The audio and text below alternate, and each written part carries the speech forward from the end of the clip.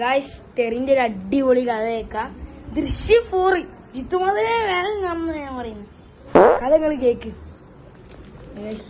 ഒരു നാട്ടിൽ മോനും അമ്മയല്ല,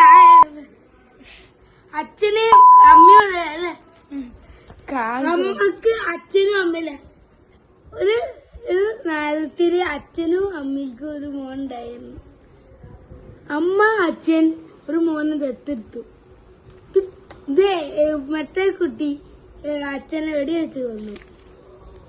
ഓൻ വെറുതായി, ഓൻ ജീവക്കിലായി.